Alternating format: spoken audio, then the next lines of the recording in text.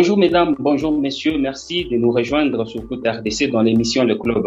Le week-end du 2 au 4 avril 2021 a été riche en actualité, de la Ligue Foot à la Ligue 1 française en passant par les interclubs de la Confédération africaine de football. Nous ferons les points dans notre première partie de l'émission sur toute l'actualité qui a fait les choux gras de la presse. Dans la deuxième partie de cette émission, le grand angle, nous ferons le point, l'autopsie ou encore de ces parcours lamentablement sinistres de nos clubs en compétitions africaines.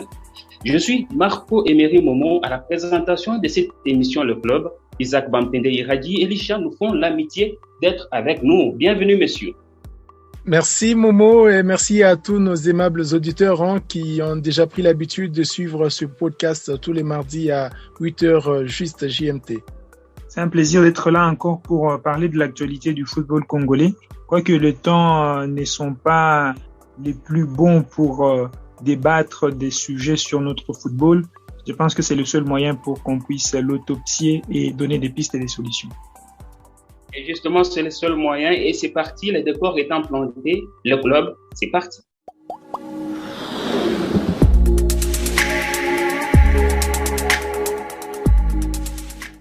Nous sommes de plein pied dans la première partie de cette émission Le Club et on commence par balayer l'actualité qui a dominé le monde du football du 2 au 4 avril dernier. Et c'est avec vous, Iradi, on parle éliminatoire Coupe du Monde Qatar 2022.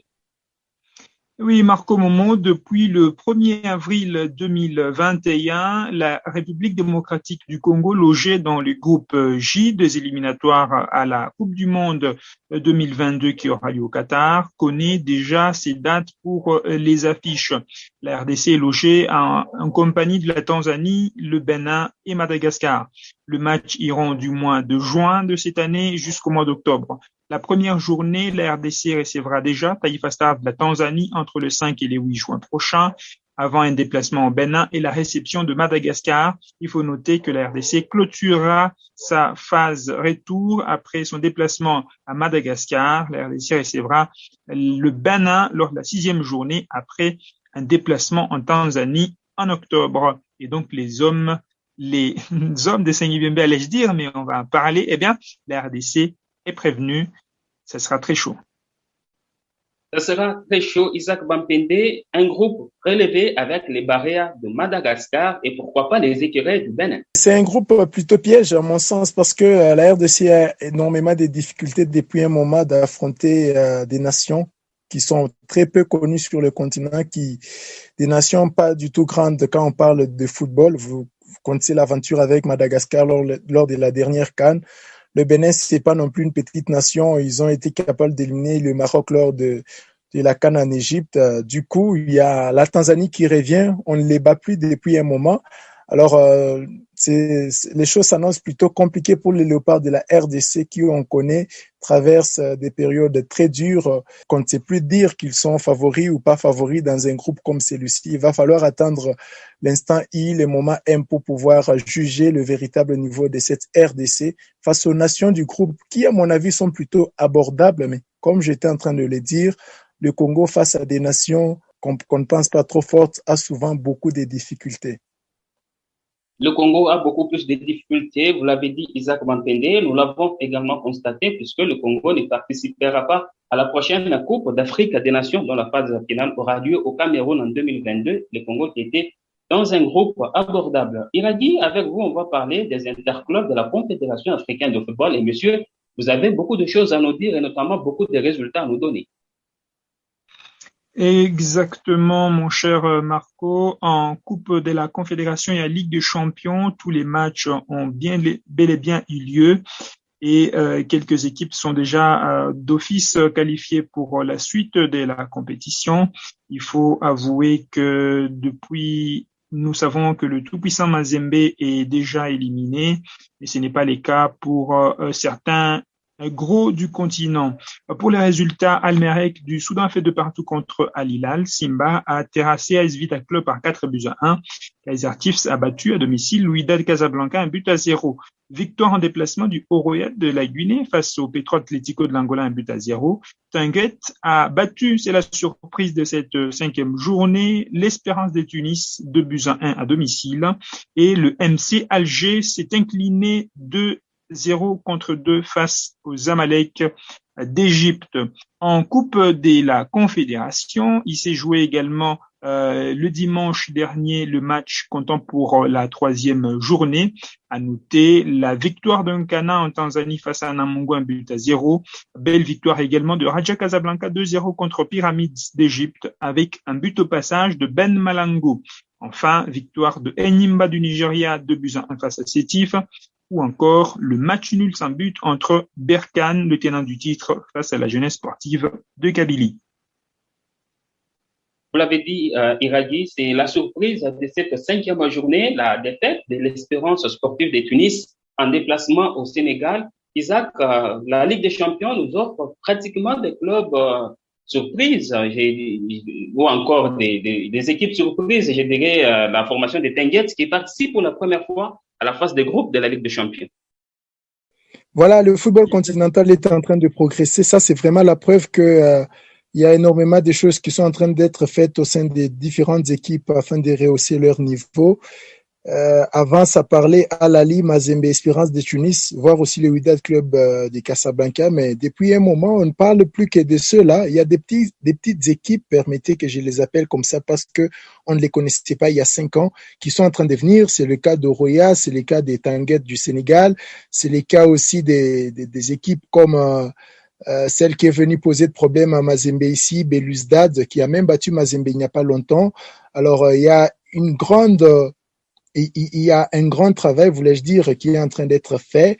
Et du coup, ça ne sert plus à rien d'être grand club du continent et se contenter de ce statut-là parce que voir cette équipe du Sénégal faire tomber l'Espérance de Tunis, c'est une grande surprise, mais le football est en train d'évoluer. Du coup, ça donne des leçons aux équipes qui ont des palmarès impressionnants, qui ont une grande histoire sur le continent, de se dire, ben voilà, ça ne sert plus à rien de se contenter de se connaître, il faut continuer à travailler parce que quand vous ne travaillez pas, ça paye cash. C'est ce que l'Espérance a connu, même si derrière, on sait que l'Est va se qualifier parce qu'elle a besoin de gagner son dernier match pour d'ailleurs se qualifier comme premier de son groupe. Pour d'ailleurs se qualifier comme premier de son groupe, vous avez dit il y a beaucoup de surprises dans cette Ligue de Champions encore en compétition interclub. C'est pour ça qu'on aime ces compétitions, puisque ça nous crée beaucoup plus de surprises. On va parler de la Ligue nationale de football et justement, il y a beaucoup plus d'enseignements à tirer après un week-end où Sangaba Lende a joué. Eh bien, Marco Momo, il s'est passé des choses jolies sur le terrain de la Ligue nationale de football pour le compte de la 20e journée pour certaines équipes. À noter le succès de Dauphin Noir à Kinshasa face à la JSK 1-0. Victoire de Sa Majesté Sangaba Lende qui reprend le devant face à Don Bosco 1-0. Et également joli succès en déplacement de Lupopo 2-0 face à Renaissance. Ces succès de Banalumpa permet à l'équipe jaune et bleue de Lubumbashi d'occuper la 2e place au classement avec 42 points après 23 matchs joués. Juste derrière le rival le tout-puissant Mazembe qui compte 43 points après 19 matchs. En 3e position, Sangaba Lende revient sur le podium avec ses 40 unités en 19 matchs disputés. V-Club est 4e avec ses 38 points, suivi de Maniema-Union qui clôture le top 5 avec 37 points. Et au bas du classement, Dauphin Noir occupe la 14e place avec 16 points. 16 points également pour Lubumbashi Sport et la Jeunesse sportive Bazano est la lanterne rouge de cette édition avec 10 petits points en 16 journées.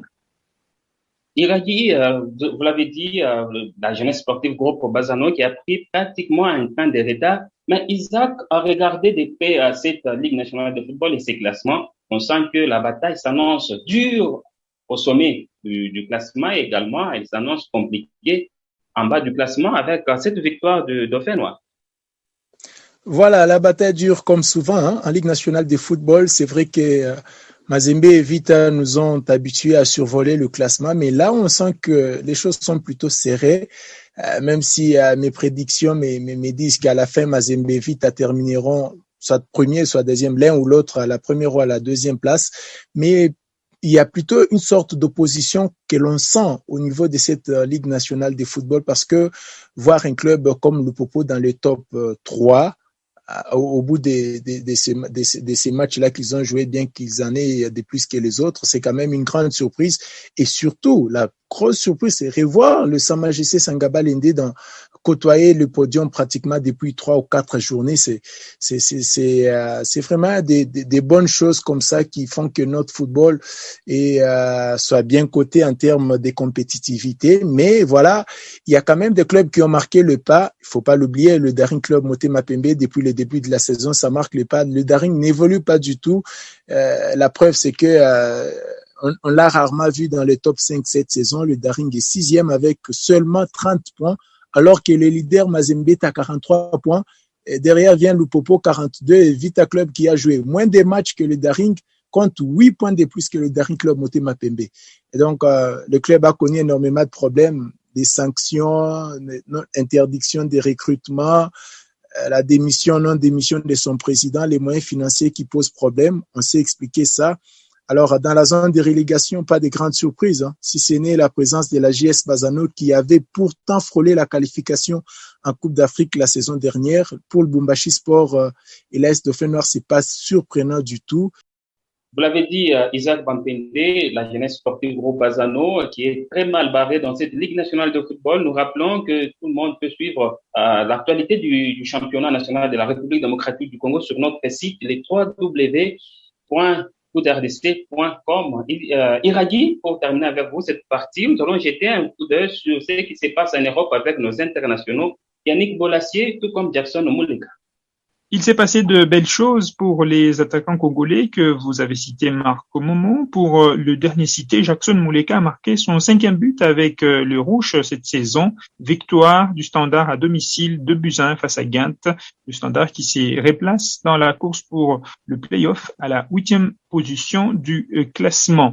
Pour Yannick Bolasie, il a également inscrit son premier but sous les maillots de Middlesbrough, un but partout score final contre Watford ce lundi. L'attaquant congolais, ancien d'Everton, a marqué son premier but en 9 matchs. Il compte également 2 passes décisives.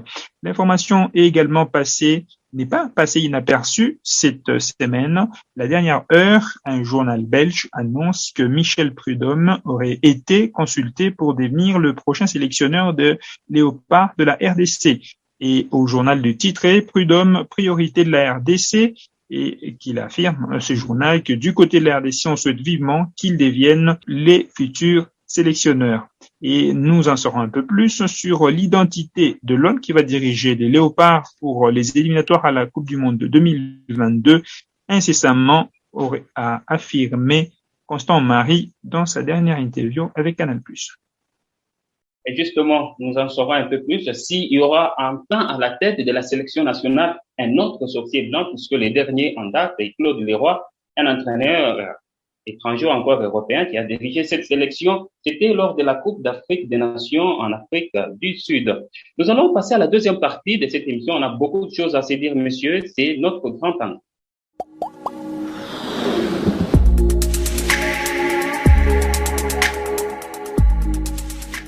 Nous sommes dans la deuxième partie de cette émission, Le Grand Angle. Nous allons revenir, comme nous vous l'avons annoncé en tout début de cette émission, sur l'élimination des 2 clubs congolais en compétition africaine interclub, le tout-puissant Mazembe Angleterre et l'AS Victoria Club, ne verront pas de quart de finale. Monsieur Iragi, qu'est-ce qui peut bien expliquer l'élimination précoce des 2 clubs congolais en CAF Ligue des Champions?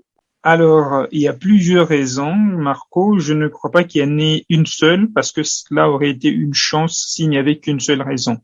Mais sportivement, d'abord, je crois tout simplement que nos clubs ne sont pas à la hauteur des adversaires au niveau africain. Quand je regarde le tout-puissant Mazembe, c'est une équipe qui s'y recherche depuis 2 saisons. On ne cesse malheureusement pas de les dire. Et donc, je pense que tout naturellement, Mazembe n'est pas à la hauteur des compétitions africaines cette saison particulièrement. Parce que quand on voit le match qu'ils ont fait contre le Belouizdad, on sent que c'est un club qui essaye de s'y trouver, mais tout ne marche pas. Il n'y a pas d'alchimie, il n'y a pas de cohésion et l'équipe manque cruellement d'un attaquant depuis le départ de Jackson Mouleka, Joël Béa, Jean Baleké ou encore le Guinéen qui est venu passer après Kouyaté n'arrivent toujours pas à prendre le statut que Mouleka a laissé et c'est là était un grand dommage pour le club de Lubumbashi parce qu'on sent que sur le match contre Belouizdad, par exemple, il y avait beaucoup de choses à jouer. C'est un match pour la vie, mais les occasions ont été ratées innombrables. Ça fait que les clubs n'assument pas sa position. Pour l'ASV Club, je pense qu'il y a des circonstances atténuantes. C'est que c'est un club également qui a des ambitions et qui essaye de faire de son mieux, mais c'était très fort dans le groupe, tout simplement pour les clubs. On sent que Simba est dans une saison absolument monstrueuse et puis Al-Ali à côté. C'était trop fort pour les clubs et je pense que sportivement, nos clubs ne sont pas du tout à la hauteur. Et puis maintenant, il y a d'autres causes qui sont notamment dans la gestion des clubs, recrutement surtout. Il y a un sérieux problème là-dessus. Je sais qu'Isaac va parler de déclaration de Florent Ibenge à propos de l'argent qu'il n'y a plus dans le football congolais. Mais là aussi, c'est tout simplement un autre aspect du problème. Le petit point qu'on voit de l'iceberg, mais le football congolais, il est vraiment chaotique. En tout cas, le football congolais, il est chaotique puisque en quart de finale, que ce soit en Ligue des champions africains de football ou encore en Coupe de la Confédération, il y aura aucun club congolais. Isaac Bampende, c'est lors de l'autopsie. Le football congolais va mal, a dit Iragi Elisha Elia. Qu'est-ce qui peut bien expliquer cette dégradation en quelques termes? Voilà, merci bien Momo pour la question. Bon, je commence avec Mazembe parce que c'est ça qui dérange trop. Pour les clubs, ils sont déjà en phase de groupe. On considère que l'objectif de la saison a été atteint. Alors, l'échec est aussi justifié parce que le club ne vise plus loin. Quand on commence la Ligue des Champions à Vita, voilà, avec très peu de chance, déjà, on doute, est-ce qu'on peut aller loin, est-ce qu'on ne peut pas? Et du coup, quand il faut définir les objectifs, ça s'arrête au niveau des quarts de finale. Mais Mazembe, c'est ça qui dérange un peu. Les gens n'arrivent pas à comprendre qu'un club qui, il y a 5 ans ou 6 ans en arrière, tout au plus, était champion d'Afrique, se retrouve aujourd'hui incapable de se qualifier, ne serait-ce que pour les quarts de finale. Déjà que la finale, c'est leur en demander trop. Alors, qu'est-ce qui peut expliquer cette double élimination, comme vous avez posé votre question? À Mazembe, je crois qu'il y a un problème qui dépasse maintenant les dirigeants. Iragi a parlé de depuis 2 ans que les choses ne marchent pas bien, mais moi je peux rentrer jusqu'à depuis la dernière Champions League que Mazembe a remportée, depuis qu'ils ont pris l'habitude plutôt après la Champions League 2015 qu'ils ont remporté ici à Lubumbashi. Ils ont par la suite remporté un doublé en Coupe de la CAF, mais depuis cette saison-là, la saison 2017-2018, le club a commencé à rechuter parce que on a mené un coach ici que j'ai côtoyé personnellement, Thierry Froger, à qui je pose la question, coach, c'est quoi votre vision en arrivant à Mazembe? Il me dit non. Le président, depuis l'Europe, il m'a demandé de venir faire la promotion des jeunes du club et d'aider le club à avoir une bonne réserve des talents, une pépinière. Là, il travaille avec son collègue, son compatriote français, Régis Laguesse. Et du coup, cette politique-là a commencé comme ça dans Mazembe. On comprenait bien au début où est-ce que le président Moïse voulait en venir.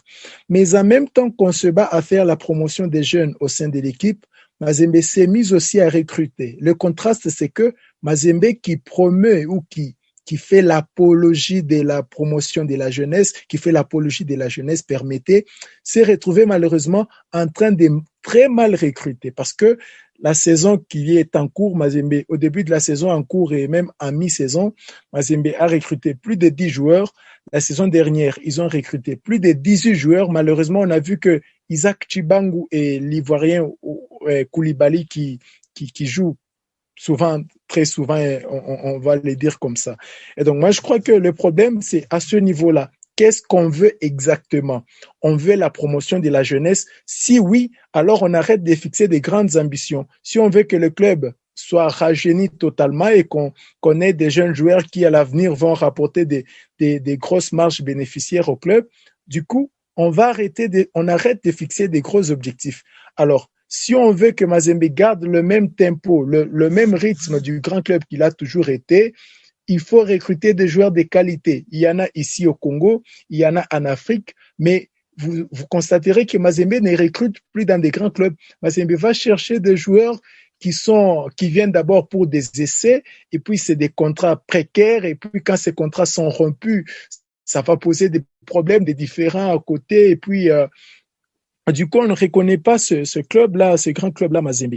Et aussi sportivement, puisque si je dois emprunter le mot de Iragi, tout ce que j'ai dit était sportif, évidemment, mais sportivement aussi, je crois que Mazembe souffre d'un certain problème qui est, je ne sais pas, cette altercation qu'on a cessé de dénoncer entre, je ne sais pas si le mot est bien trouvé, l'immixtion des dirigeants sportifs dans les choix du staff technique. Ça, on le dit toujours. Ceux qui vivent proches du club savent que les patrons du staff technique n'est pas celui qu'on voit sur le banc de touche. Il y a quelqu'un derrière qui dicte ce qu'il faut faire, aligner tel à la place de l'autre, et puis quand les résultats ne suivent pas, et vous essayez de vous acharner sur le coach, il y a tout juste après quelqu'un qui prend sa défense. Je parle du président de Mazembe. Il s'implique dans bon nombre de décisions techniques, donc des décisions qui vont au-delà de ses compétences. C'est vrai qu'il est un sportif, mais ça ne lui donne pas le pouvoir de s'immiscer dans les décisions techniques. Si vous posez cette question à un Mazembien près de son équipe, il vous dira que la plupart des choses qui sont faites là, c'est le président Moïse. Du coup, c'est pas un hasard qu'il soit le premier à prendre le devant quand ça ne marche pas. J'ai un peu trop parlé, mais je glisse un petit mot sur Vita Club. Alors, pourquoi Vita a été éliminé aussi? Je l'ai dit en préambule que Vita Club n'a plus comme ambition depuis 2017 que de jouer les quarts de finale, plutôt la phase des groupes de la Ligue des Champions. Donc, quand le club arrive en phase des groupes, on considère que son objectif, son ambition suprême de la saison est atteinte. Alors, ceux qui peuvent venir après sentira qu'il y a des bonus. Du coup, quand vous mettez ça dans la tête des joueurs, vous mettez ça dans la tête des champions comme les joueurs qui sont là, Chabani, Ouattara, Sosé, Mayele, vous dites l'objectif de la saison, c'est jouer la phase des groupes. Et du coup, quand les gars sont en phase de groupe, ils considèrent qu'ils ont déjà fait le plein de leur saison et vous n'allez pas leur demander plus que ça parce que déjà au départ, les objectifs n'étaient pas si grands que ça. Marco, si tu permets, je trouve aussi qu'il y a des discours défaitistes de la part de dirigeants de clubs. D'un côté, il y a Ibengue qui nous fait comprendre que on est éliminé, on n'a pas d'argent, on est éliminé, ils étaient plus forts que nous, on est éliminé parce que il y a donc ces discours d'accepter la défaite et de se dire on ne pouvait de toute façon rien faire. Et puis d'un autre côté, il y a les discours de Mazembe où Moïse Katumbi, j'avoue qu'il a habitué ses fans à un autre discours. Il y a une défaite, il essaie de voir le positif, il dit qu'au prochain match on pourra se qualifier, les joueurs sont remotivés. Ok, on parle aux fans, les clubs les fait, la communication. Et après, il y a une nouvelle défaite.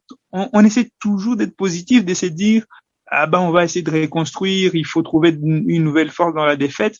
Ces discours défaitistes, je les trouve dommages parce que ce n'est pas le moment, en tout cas pour moi, d'accepter aussi facilement une déroute.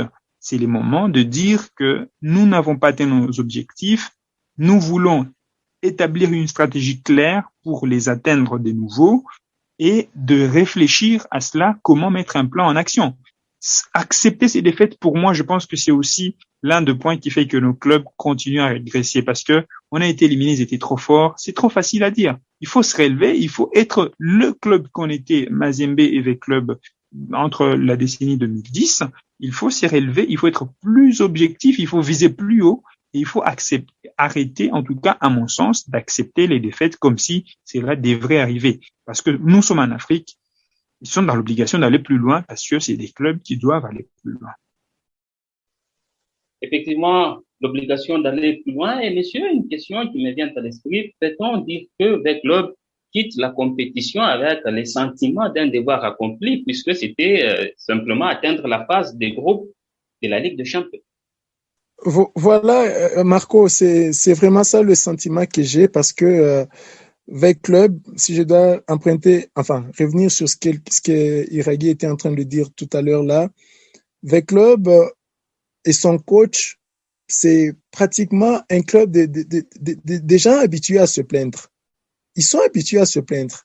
Alors, pour que Florent nous dise clairement qu'il n'y a pas de déception parce que l'objectif de la saison, c'était justement d'atteindre la phase de groupe, il préfère chercher des raisons à gauche, à droite. C'est de l'argent qu'on manque. Est-ce que tous ces clubs-là qui vont jouer les quarts de finale les quarts de finale, je crois, de la Ligue des Champions, est-ce qu'ils sont plus riches qu'avec club? Est-ce qu'ils ont des bons joueurs qu'avec club? Qu'est-ce qui manque avec club aujourd'hui? Est-ce que c'est de l'argent? Est-ce qu'il y a des saisons qui se sont déjà passées sans que club ne recrute de joueurs? Je ne crois pas.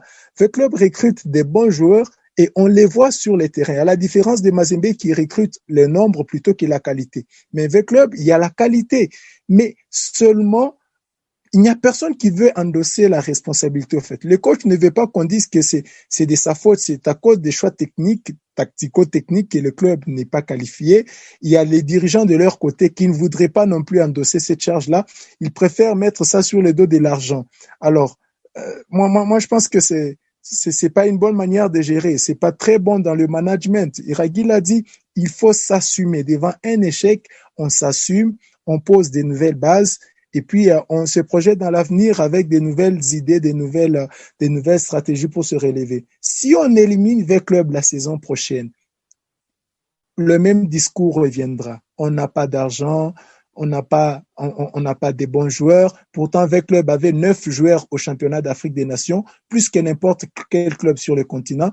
Récemment, lors de la trêve internationale, club a envoyé 5 joueurs en sélection. De la RDC d'abord, il y a quelques internationaux en Mauritanie, au Cameroun, en Côte d'Ivoire, des clubs qui sont allés dans leur sélection. Qu'est-ce qu'il faut de plus pour que ce club-là atteigne ne serait-ce que la phase des quarts de finale? Je crois que toutes les raisons qui sont données à côté ne tiennent pas. Il faut un grand travail technique. Et quand on dit un grand travail technique, c'est l'entraîneur qui doit céder sa place à un entraîneur mieux aguerri que lui pour que club aille de l'avant. Donc, je rentre à votre question. Sentiment d'inachevé, effectivement. Plutôt, je me contredis. C'est pas un sentiment d'inachevé du tout parce que club avait déjà achevé sa compétition avant même que la compétition ne s'achève. Avant même que la compétition ne s'achève, vous l'avez dit, Isaac Bantende, pour rappel, Leicester, qui était un petit budget, a gagné la première ligue, alors qu'on connaît des clubs UP tels que Manchester United, Manchester City, Liverpool, qui ont des gros budgets sur le plan mondial et l'argent n'était pas toujours le bonheur. Iraghi, Elisha, est-ce qu'on peut parler d'un sentiment du devoir accompli avant de passer à l'autopsie du tout-puissant Mazembe Angleterre? En tout cas, pour moi, il est difficile de dire que c'est un sentiment de devoir accompli. Certes, il y a les discours en début de saison que si on atteint le quart de finale, pour nous, la saison est réussie. Mais je crois que c'est un discours là aussi, à mon sens, qui n'est pas à la hauteur du club. C'est-à-dire que depuis 2014, on s'attendait à ce que le club aille devant. Et puis, on a senti tout de même qu'il y avait de l'effort dans notamment l'apport de joueurs. Il y avait également de l'effort dans les résultats. Le club a fait quelques années plus tard une finale de Coupe de la Confédération perdue d'ailleurs à cause des buts encaissés à Kinshasa. Et donc, on était dans une logique de progression. Et tout de suite, sans savoir ce qui se passe, on sent que le club il est en train de dégringoler. Et donc, pour moi, sentiment plus mitigé, parce que en plus de ça, le club n'est pas sorti par la grande porte, c'est-à-dire c'est très battu jusqu'au bout, avoir perdu un petit point face à un adversaire pour être éliminé, mais dès la 5e journée, vous êtes déjà out. Après, le club c'est plutôt bien comporté sur le terrain tout de même. On note la belle victoire contre El Merreikh au Soudan. On note la très belle performance également en Égypte. Mais c'est un club qui a toujours eu des résultats teintés parce que des montagnes russes, des bons résultats à l'étranger, mais ils prennent de sacs des buts à domicile. Ils savent pas gérer certaines transitions dans le match. Bref, on ne comprend pas exactement le problème de l'équipe. Mais pour Mazembe, là, c'est la catastrophe. Là, je l'assume. Parce que, écoutez, Marco, il y a un chiffre terrible. Mazembe n'a marqué qu'un seul but en Ligue des Champions cette saison. Et il en a pris 5. Non, mais je ne vois pas comment un club peut passer avec de tels résultats. C'est catastrophique. Et je pense que quand on est en phase des groupes et qu'on veut atteindre le quart de finale, il faut venir avec les moyens. Je veux dire, le moyen qualité effectif. Après 5 matchs, Mazembe n'a marqué qu'un seul but. Non, et après avoir disputé 2 matchs à domicile, c'est assez inconcevable tout de même. Et qu'après, je ne vois pas ce qu'on peut attendre d'un club qui n'arrive tout de même pas à marquer. Et donc, on ne demande même plus à Mazembe de gagner, et les fans attendent que le club marque. Et même ça, Mazembe ne sait plus le faire. Mais je ne sais plus dans quel pétrin le club s'est mis, mais je pense qu'il faut sérieusement se remettre en question parce que à ces rythmes-là, la transition commencée il y a maintenant belle lurette risque de durer très longtemps. Et malheureusement, c'est que c'est Pamphile Miaillot qui paye le frais parce que lui, le pauvre, le fan le voit toujours sur le bord de terrain et quand il n'y a pas de résultat, c'est à lui qu'on pense. Et souvent, les autres autorités ou les autres dirigeants du club se dédouanent très facilement. On a vu d'ailleurs le cercle qui s'est passé autour de lui entre son éviction, ses études en Belgique, son retour également sur le banc. Et donc, on sent que il y a besoin de réflexion profonde autour de la politique du football congolais parce que on l'a déjà dit au début de l'émission, ça touche et les clubs et l'équipe nationale. Et on s'est caché pendant longtemps dans le ranking de CAF qui montre que la Lina Foot est le 4e meilleur championnat en Afrique et tout, blablabla. Ça nous a perdu, ça nous a masqué pendant très longtemps. Mais là, on commence à voir les réalités sur le terrain et que finalement, on n'est pas aussi bon que l'on croyait. Justement, on a la réalité avec nous. Monsieur, une dernière question en 1 minute, pratiquement 1 minute Iradi, 1 minute Isaac. Est-ce qu'on peut évoquer la fin d'un cycle au tout-puissant Mazembe Bangladesh puisque le club qui est monté de grade en grade lors de la dernière décennie est en train de voir son niveau s'est dégradé complètement? Oui, mais cette fin de cycle ne commence pas aujourd'hui, mon cher ami. La fin des cycles, elle a commencé, comme je l'ai dit. Oui, non, mais tout juste après, il y a eu quand même un doublé en Coupe de la CAF qui a caché les mots de Mazembe à l'époque. On pouvait encore tolérer, mais depuis, Mazembe n'est plus à son niveau du tout. En 2018, le club est éliminé de manière que vous connaissez par c'est comment déjà Primeiro d'Agosto. En 2019, c'est l'Espérance en demi-finale. Et puis, l'année dernière, c'est le Raja en quart de finale. Cette année, c'est en phase de groupe. Vous sentez vraiment que le club est allé de crescendo en régressant. C'était les demi-finales, les quarts et puis l'étape des phases des groupes. Donc, le cycle, il est à son terme depuis maintenant 4 ans. Parce que quand la génération ou le lot des joueurs qui ont quitté le club en 2017, Daniel Niadjei, Salif Koulibaly, Jonathan Bolingi, Christian Luindama, Merveille Bopé, Adama Traoré, ils sont nombreux comme ça à avoir quitté le club sur une seule année, plus de 8 départs importants. Alors, quand vous regardez avec qui on les a remplacés, c'était pas du 50-50. Il y avait des gros écarts entre les talents de ceux qui sont partis et celui de ceux qui étaient arrivés. Alors, Mazembe avait carrément creuser son fossé et puis voilà, ils sont en train de payer de leurs erreurs. Comme je le disais, il faut choisir une chose. Il faut que les dirigeants de Mazembe choisissent une chose. On est dans la promotion, dans le rajeunissement de l'équipe ou on est toujours au niveau du club ambitieux, du club capable d'aller titiller à la Ligue Espérance et les autres. Parce que ceux-là, en plus de vouloir rajeunir l'équipe, ils ont quand même la possibilité, ils ont quand même des moyens pour payer des grands talents sur le continent.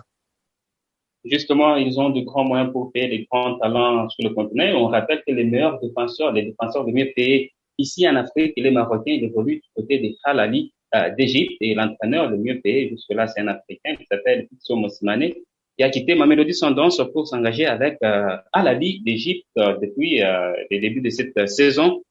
Iradi, la même question justement en 1 minute, s'il vous plaît, monsieur. OTP Mazembe, peut-on évoquer la fin d'un cycle? Oui, le cycle, malheureusement, il est fini depuis longtemps. On était censé maintenant, en 2021, d'être dans un renouveau. Et donc, je pense que le club ne sait pas encore exactement situer sa stratégie. Est-ce que c'est on fera ce qu'on peut sur le continent africain, mais tant qu'on aura nos joueurs qui sortiront dans nos centres de formation, qu'on va vendre en Europe, qui vont nous rapporter un peu d'argent pour essayer de rééquilibrer le tarif, les caisses. Alors, on ne sait pas du tout identifier la vraie stratégie de Mazembe. On sent que le club est entre les deux, sortir de jeunes joueurs et d'un autre côté vouloir être bon sur le continent, ce qui ne marche pas.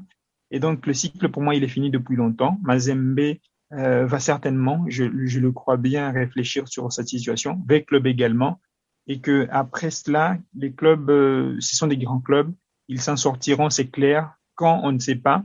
Et donc, cette période pourra bien aider à ce que les clubs puissent bâtir donc sur leur avenir et que l'on retrouve cette aura que nos clubs avaient lorsqu'on on le suivait à la télévision, lorsqu'on le suivait à Kinshasa ou à Lubumbashi. On veut revoir ces clubs-là et pour ça, les dirigeants ont du pain sur la planche en tout cas.